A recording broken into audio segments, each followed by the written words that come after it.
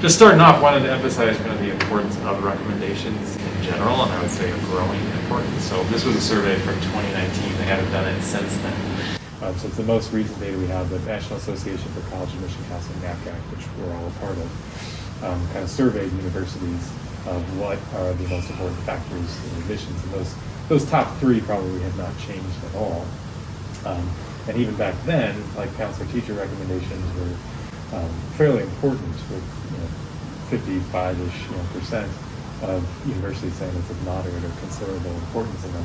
Some of them being no for schools like the University of California system, or some certain big publics that don't even accept them, so that they would consider it no. But if they're getting it, they're probably using it.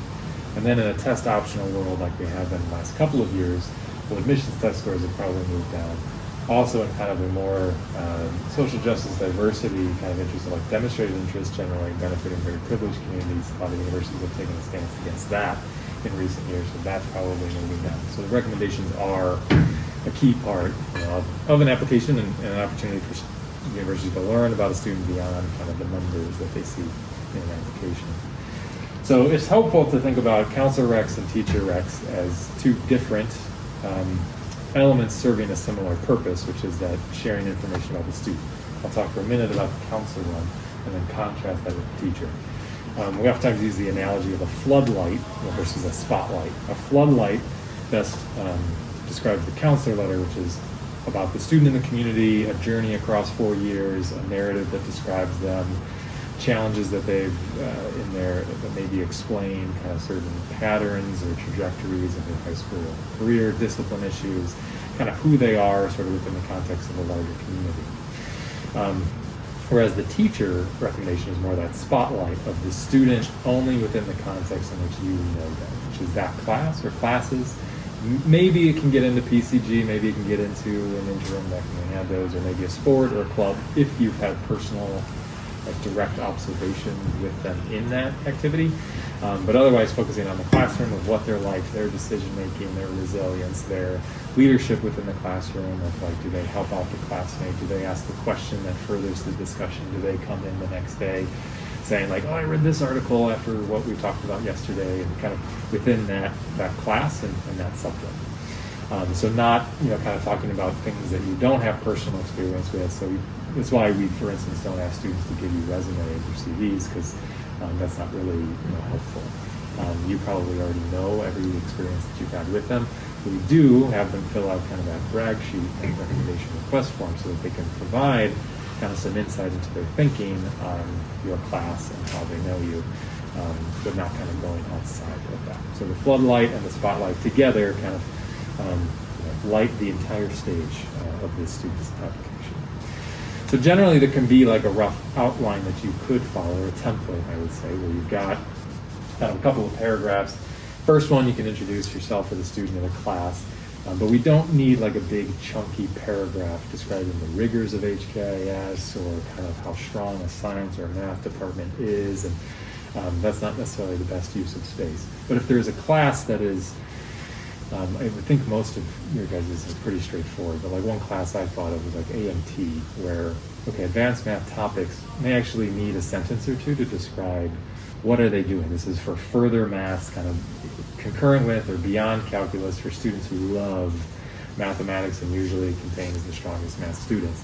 And that might not be apparent just from the title of the class or from what it reads on the transcript.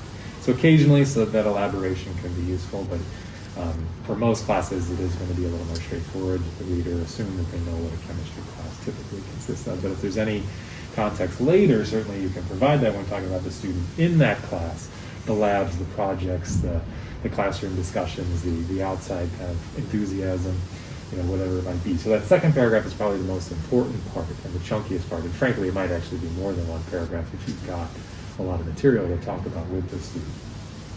Then kind of the third one or fourth one would be, the fourth one in particular would be like, if you have any of that outside experience, if you have that club, you have that sport, and you want to kind of bring in certain character elements that you've seen, whether it connects to kind of the academic piece we already talked about, or whether it's just a supplement to that on top, and then kind of a wrapping it up. It doesn't have to be 5 paragraphs, it could be 3, or it could be 4.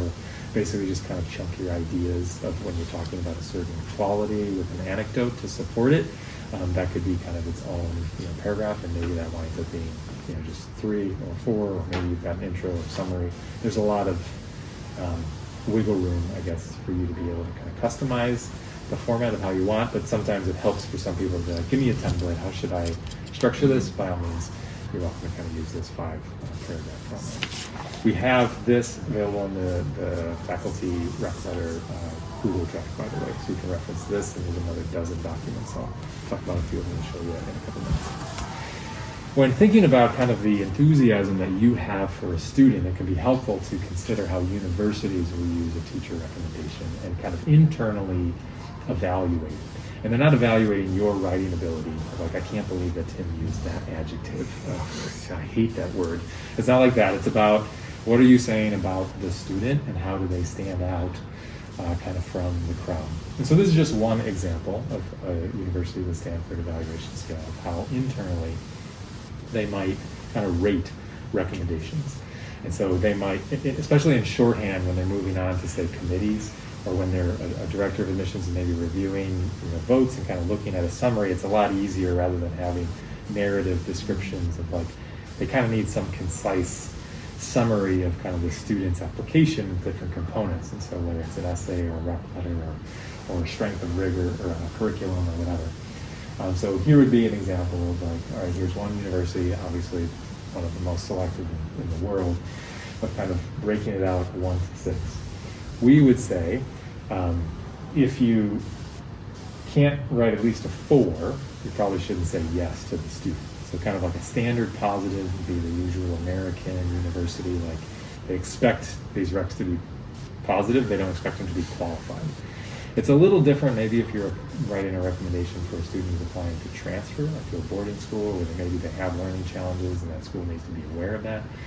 And when you have to be like a math or an English teacher, it's prescriptive. But when it's university and they're choosing to, and they've had probably 30 different teachers that they could choose from, like if you can't write a 4, you probably need to let them know that. And then thinking for yourself, like not every student is going to be a 1, so it's not like you should only say yes to 1s. That would be one of the top few, like that truly stand out student who you will remember, 5 or 10 years from now is like, oh yeah, that kid. So anywhere from like 1 to 4, just make sure that as you're writing, I guess, think about the level of enthusiasm you have for the student, and is what you're writing in the recommendation, does it correlate? Like, is that congruent? And last year I can think of an example where a teacher brought me a letter and wanted feedback, which by the way is you're perfectly welcome to do, to go to the counsel of that student, show it to them, ask how it is, or if there's any part that could be elaborated on. And it was a situation where I kind of told the teacher, I'm like, well, right now I showed him this, I'm like, it's probably about a 3. I think you have a level 1 enthusiasm for the student. And then they concurred, and I'm like, okay, so where can we kind of elaborate in that rec letter to get that from a 3 to a 1, if that's how you feel, about this student, that this was a classroom changing, student that you're going to remember for a good chunk of the rest of your career. So we don't use this internally. We're not rating them. We're not scoring anything. All we do with Maya is kind of make sure that you uploaded it, you use the right name, that's going to the right student. But we're not kind of in the habit of treating this like an English teacher with students and providing feedback on every single one, and with notes and criticisms and constructive, however they may be. But if you would like that kind of feedback, by all means, feel free to bring it. And this is just a point of reference that could be helpful.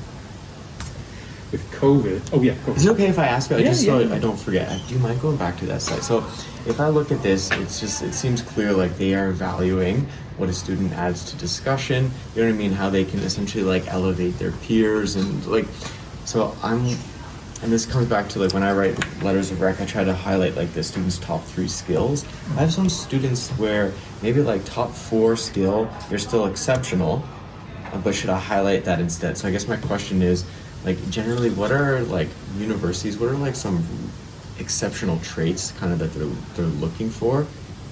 You know what I'm talking about? Like, because like I could, some of our students, I could like, you're awesome at this, you know, and they right? use the word discussion a lot. And so I'm noticing that, right? And that's, but like maybe in your class it's really good at collaborating in a small group. Yeah. I wouldn't call that discussion necessarily. It's Yeah. a small group. You know, is that what you're saying? Like, there's Yeah. other things besides discussion. I noticed that too. Like, they seem to Yeah. be.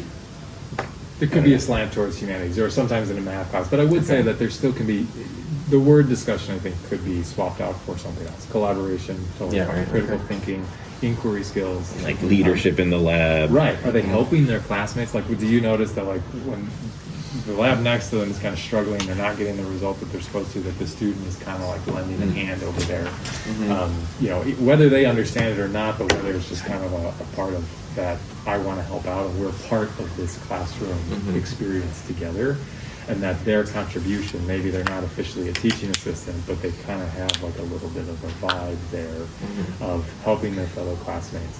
And that's where the recommendation request form can be useful, because maybe they've done some things, you know, formed study groups, you know, if they've spearheaded maybe a study group or held a review session kind of with their peers before, you know, a test, and like, again, there's no official position for that. And maybe you weren't even aware of it. You maybe just heard an offhanded comment once about like, oh yeah, we were on, you know, Zoom the other night, you know, kind of getting ready for the test, and that's all you heard, but didn't know that like the student has organized like these 6 times throughout the year. Those would be kind of the things where sometimes students can provide you with some of the background of the things you didn't always see right in front of you. But I think when it comes to skills, like there are no bad skills I think to highlight. Yeah. You do need to kind of, I guess, decide which ones do I want to put at the forefront, because you can't have a 3-page, well, you could have a 3-page rec letter, although we don't expect that or want to put that burden on you. And sometimes universities, they do have limited time, and so that's not necessarily going to be as useful. 1 full page is usually what we're advising, although a 2nd page is okay for again, that, you know, kind of rare in the career type of student, that number 1, where you feel like I can't say enough, and here I am at the end of the 2nd page and I still have more material. And sometimes in a rec letter I'll actually even say that, because I'm acknowledging that they have limited time and that I've only have so much space, but there's so much more. And even those type of superlative comments, I think, communicate effectively that this is an outstanding student, and then they would, you know, kind of rate it accordingly. So if I were Josh staring at 25 letters or something, I'd be like, I could roll off 25 4s. They'd be medium good. But like, I don't know how, you know, like, how do you deal with that number and push it up into 3, 2, 1? Like, do you have any ones? I'll have a couple, and like a ton of like I'll be 2s, and Okay. and they'll, I just struggle to Yeah. know that much about kids except for the like few 1s and 2s, and those aren't necessarily the ones that are asking me for letters. Like, the ones that are asking for letters are asking me because they know I'll at least do a 4, and they probably don't really have anyone else. Okay, that's okay. Okay. the recommendation forms are super helpful. Okay. Right, I guess so I you- haven't looked at those yet. Yeah, and like some of the, like the descriptions are they're well written. Okay, And then cool. the student will kind of tell you what they like, if they had to choose what they want to be highlighted, and you know, and I think that's helpful too. Okay. Yeah. Sometimes they're identifying kind of their own strengths within the Yeah. class, Yeah. and refreshing you if you had 100 students, you know, kind of in a given year, of like, yeah, I remember this kid, they were nice, they're kind of quiet though, so I don't really remember what this project was, although you guys are able to go back in Schoology and kind of see past projects and papers. And Yeah. So that sometimes can be helpful when you're really culling for material. But oftentimes they will tell you in that recommendation request form of whether it's a certain angle or what they feel like they did well in your class. That's the idea, at least, behind the form. Although obviously some students are more reflective than others, and some will give you 3 sentences per question, and some will give you 3 paragraphs per question.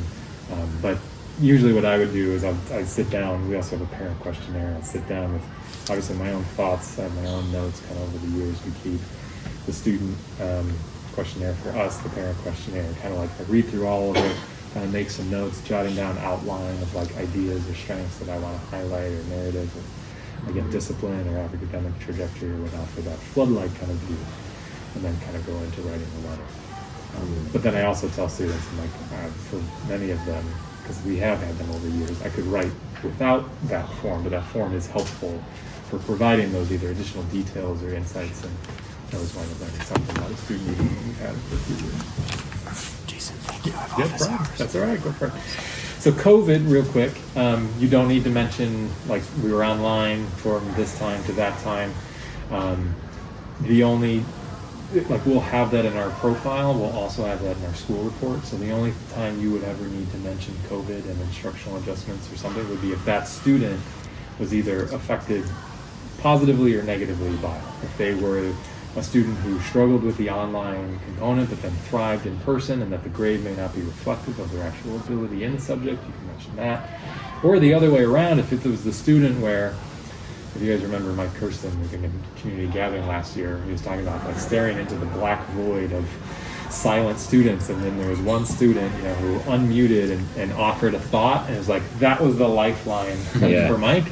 And like if that student through that online, kind of platform like was your lifeline, and the person who was trying to further discussion and trying to get kind of their classmates on board, that would be kind of something that happened. But not just, we were, online COVID general stuff. Yeah.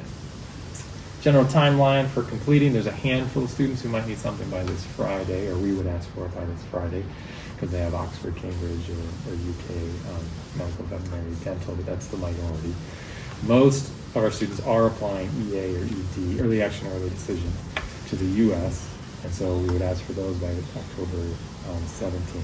For someone like Josh who has a lot, kind of like prioritizing these of like, I need to get them done in a certain order, you can keep that in mind. And then obviously for any who are only applying regular, which we asked for students to identify that in their forms, wait until November, after kind of that October 17th passes. But the bulk of them are probably going to need to be done by that October 17th. If you find that you're stuck and you're like, I got, kind of one more, two more after October 17th, just talk to the counselor, and usually that's fine. We would just need to submit everything by November 1st, so there is a little bit of wiggle room. We're doing an audit usually after this October 17th date to kind of see which ones are missing, which ones still need to be done.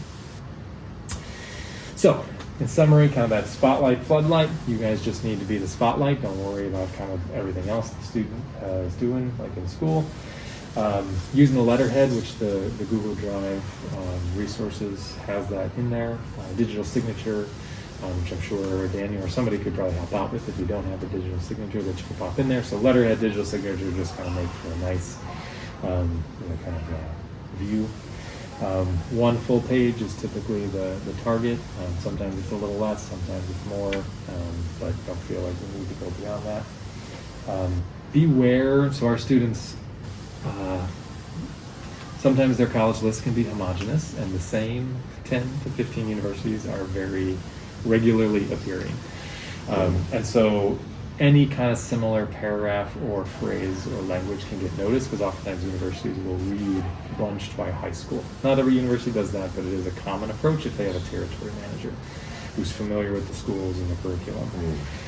And so if they're reading 40 applications in a row, say at BU, Boston University, for HKIS students, like they're going to notice if kind of there's things that are in there.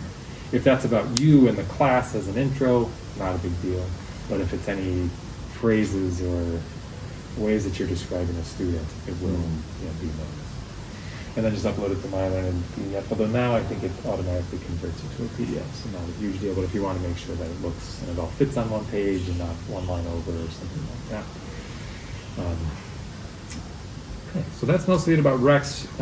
Quick, kind of element about AP score predictions. Sometimes we'll reach out about that to the UK.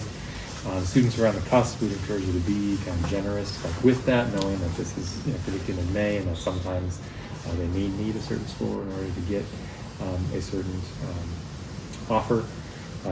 We will suggest sometimes predicting for all students and then gauging just internally for yourself, like how accurate are my metrics of like what I'm using in my first couple of summatives, and then whatever other criteria I'm using to make those predictions, and having, instead of only having 5 to 10 students, maybe you're predicting for, having kind of 80 for a class like econ, like that might kind of help your own sort of predictability.